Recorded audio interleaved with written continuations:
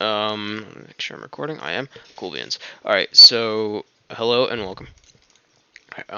We are here once again with the fundamentals of public forum. And we will be talking about how the coin works. Okay, so how rounds are decided. So, and we'll talk about the structure of the debate as well. Okay, so let's just hold on to this for a second. So whenever you walk into a debate round, you have no idea what you are going to be arguing. Okay, so as a debater, it is incredibly important, it is essential to ensure that you have both a fully written and completed pro and con case, stocked with both evidence as well as the confidence and ability to present it. Okay, because what happens is you don't know walking into a debate round what you're going to argue. Debaters within a normal tournament have 4 rounds, okay? So they have 4 rounds. Within these 4 rounds, okay, so let's say round 1. I walk in, okay, I argue pro first speech, okay? Round 2, I walk in, I argue pro again, but this time I'm second speaker. This time, let's say round 3, I argue con second. Round 4, I can argue pro again. So I can do pro first. Okay, so walking into these rounds, you have no idea what you're going to argue. Okay, you have no idea what order you're going in, and you have no idea what you're going to argue. Okay, so this is where the coin flip comes into play. Every time you start a debate, what's going to happen is the judge or one of the other debaters is going to host a coin flip, in which you simply call what side you're, wanting to be, heads or tails. Okay. And so this is incredibly important. Okay, so let's say, going to this coin flip real quick, I call heads, okay? So let's flip again. Okay, cool. So heads. So since I won the coin flip, I have the ability to choose arguing either pro or con, okay, or speaking as a team first or second. It is one or the other. So for example, if I win the coin flip, as I did, I decide, you know what, I really don't like the pro case. I want to argue con. Okay, so I get to pick con. Now what happens is my opponent gets to pick whether or not they would like to go first and be this team A, or go second and be this team B. So let's say, for example, objectively, okay, the best position. So like if you win the coin flip, objectively, the best path to go is going for that team B. Okay, team B is arguably the best. So let's say, my opponents, they know what they're doing. They're gonna opt for that second speaker, so I'm going to be con first speaker.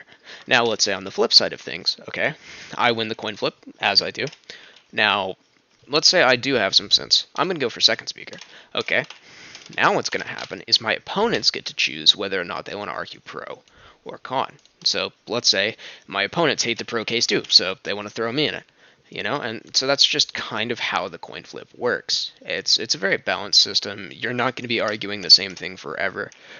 So make sure that you are completely prepared for every single, for both cases. Make sure you're prepared to first speak. Make sure you're prepared to second speak. Okay, so with that out of the way, let's take a look at the actual speech layout.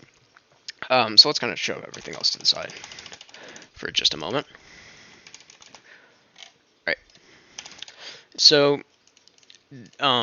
for argumentative purposes, okay, let's just say that the first team speaking, okay, so the first speakers, and this is not to be confused with the first speaker, so first speaking team, okay, is going to be team A. The second speaking team is going to be team B. Now, just because Team A is, ranked higher on the alphabet than Team B does not mean that Team B is significantly worse. Does not mean that you should avoid Team B. Like I said, if you have the opportunity and you're comfortable with it, definitely take being Team B over Team A if you have the ability to. Okay. So, getting up, we have our first speakers. So, the debate starts, coin flip happens. Boom. Okay. First speaker, what they do is they have 4 minutes to dump their case. Okay, this is their full case within 4 minutes. Then what happens? Okay, is Team B. All right, the first speaker from the second speaking team, gets up. Guess how much time they have? 4 minutes. They have to dump their case. Now, this is an incredibly important rule. You cannot mention anything, okay, or sorry, you cannot directly respond to anything that was mentioned by your opponent. Okay, now let's say this Team A speaker gets up, makes some stupid outlandish claim, says that the moon is made out of cheese. Alright, now what's going to happen is I get up for my constructive, and you know what, I'm going to be a little bit sneaky, I want to be a little snarky, I want to say the moon's not made out of cheese in my first constructive, even though it's completely out of place, and I am very blatantly directly responding to my opponent's first constructive. Well, guess what, that's an illegal move. Okay, if you want to directly respond to any comments or anything made, you know, any claims made within the debate, you have to wait until crossfire as the first speaker. I will get into the rebuttals in just a second. Okay, now, the crossfire is where the first speakers, this is the first crossfire, ask each other questions. Now, these questions have to be directly related to their case, and they have to be in the form of a question. Now, I'm specifying that they have to be in the form of a question because a lot of new debaters will give statements such as, it's like, you said the moon was made out of cheese. Okay. You said the moon was made of cheese. This is a statement. This won't fly in crossfire because you're not asking a question. How is your opponent supposed to respond to this? Yes? Instead you have to do this, such as, how exactly is the moon made out of cheese? Do you have a source saying that, the moon is made out of cheese? This is that time to ask questions. So if your opponent makes some completely ridiculous claim, if your opponent makes something that you want to contest, then this is the time to ask it. You cannot mention it within your first constructive as a first speaker. Now, we're getting into second speakers. Okay, now naturally, and the speech times are 4 minutes, keep in mind. Okay, so naturally, it's very difficult to do a rebuttal if you're not working with any material. So as the rebuttal, okay, so as the second speaker, anything that is mentioned from here upwards, so from crossfire to the first constructive, is fair game. You are allowed to talk about anything this far. What you are not allowed to talk about is, as Team B, you are not allowed to mention anything that happens right here. Okay? So, if, for example, I am, Team B second speaker, and let's say my opponent backs up the claim. Okay, well, not even backs up. Let's just say they make the original claim that the moon is made out of cheese. Okay, you as Team B are not allowed to directly respond to this until crossfire. And second speaker crossfire is a tad bit trickier than first speaker crossfire, so I'll get into the nuances of that in just a second. So you're simply going to be, rebutting all information in the debate thus far. And with this, Team B, it's the exact same thing. I'm going to put this in all caps, except info talked about in rebuttal. Now, there is a workaround for this, and this is kind of a special circumstance, but I'm going to go into it right now, because it does happen quite often, but it happens quite often, but you're not going to see it as much as you would notice, if that makes sense. But pretty much, if in crossfire, or in constructive, and this only works as Team B, okay? So this only works for Team B, keep this in mind. So in crossfire or constructive, okay, if your opponent mentions something in either of these, and within the rebuttal mentions, brings this back up, you can directly contest it within your own rebuttal without having to go through it in crossfire. However, The workaround is that you cannot directly mention it. Okay? So, for example, okay, so going back to the moon is made out of cheese, okay? So, Team A's entire argument is that the moon is made out of cheese, okay? So naturally, the first constructive and the first crossfire, well, naturally the first crossfire is just about how the moon isn't or is made out of cheese. Okay, so then what happens is within Team A rebuttal, they start going absolutely ballistic. The moon is made out of cheese. Here's all the evidence I have to say that the moon is made out of cheese. Here's why my opponents are wrong, okay? So they're continuing to back their guns. So as Team B, within that rebuttal, you can simply go, my opponent continues, or well, I wouldn't say continues, my opponent mentions, that the moon is made out of cheese constantly. However, da da da da da da da. So you can kind of do that as a workaround if there is a point that your opponent makes as Team B. If there's a point that Team A makes before your allotted time to mention it, you can. The only rule is you cannot directly mention it. I'm sorry I couldn't fish out a better example. Like I said, it is a bit special in terms of circumstances, so it is kind of hard to fish out an example. But I will I will mention, or I will include it in a video if I come across it as I go into the more detailed breakdowns of how public forum works. You cannot directly mention, but still contest. Okay. So, Speaker 2 crossfire, as I said, was a little bit trickier. So, oops. So, what you can only mention, okay, you are only allowed to mention information that is touched upon within their rebuttal. You are not allowed to ask, Team A, second speaker. Why is this 1? This needs to be 2. You are not allowed to ask Team A, second speaker, about his opponent's constructive. Okay, that's not how the rules work. You can only talk about everything that was mentioned within the rebuttals. You can't mention anything in the crossfire, can't mention anything in the constructives. Alright, so keep that in mind. The only thing you can talk about, the only things you can question are information that was brought up in the rebuttals. Okay, now this might be a direct reference to something in the constructive in which you can actually ask about that. However, you cannot ask, as a second speaker, I can't say, in your first constructive, you mentioned da-da-da-da-da. No, you can only say within your rebuttal, you mentioned, your partner's claim about how, about the moon being made out of cheese. How exactly do you continue to bag that even after I've proven this of it? Stuff like that. But pretty much you can only mention stuff that was within this rebuttal.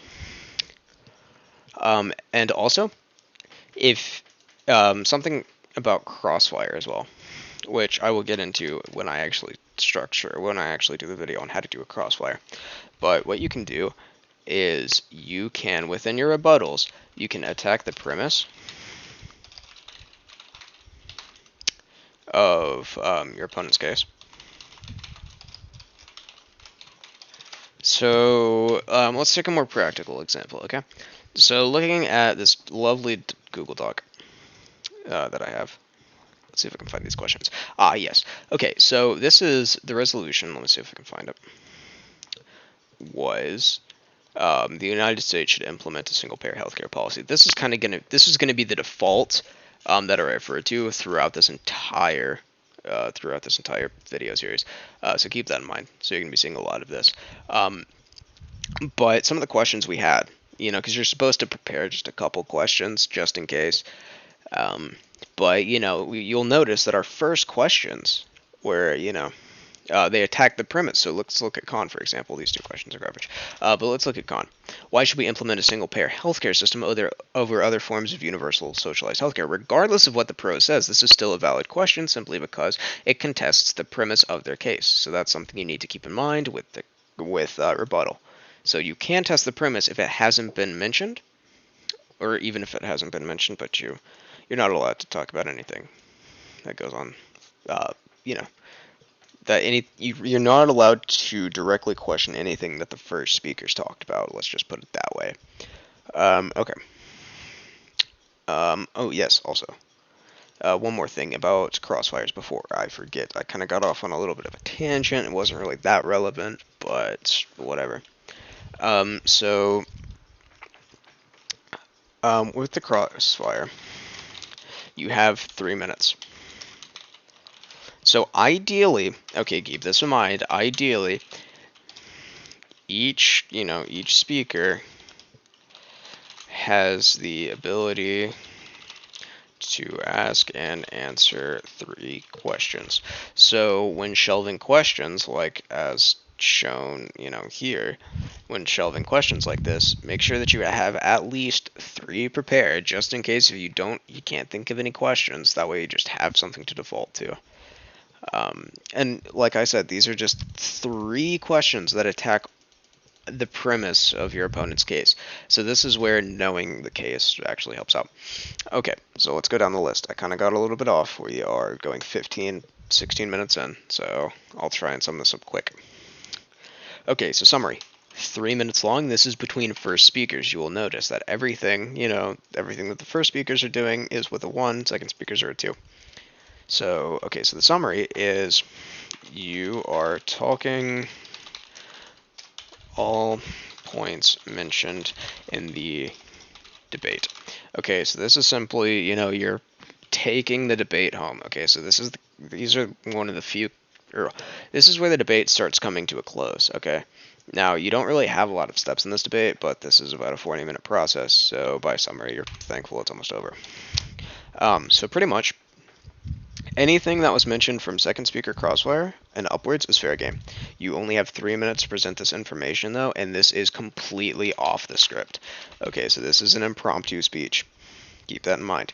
So as a first speaker, you have to be able to whip something up within 3 minutes or you're kind of screwed. I will get into how to do that, but right now just kind of deal with that premise. 3 minutes, and the only thing you have with you are your notes. Team B summary, the exact same thing. The only catch is you can't talk about anything directly mentioned in the first summary. If you are, you have to do this workaround where you can contest it, but you can't directly mention it. Grand crossfire is 3 minutes between all speakers. Okay.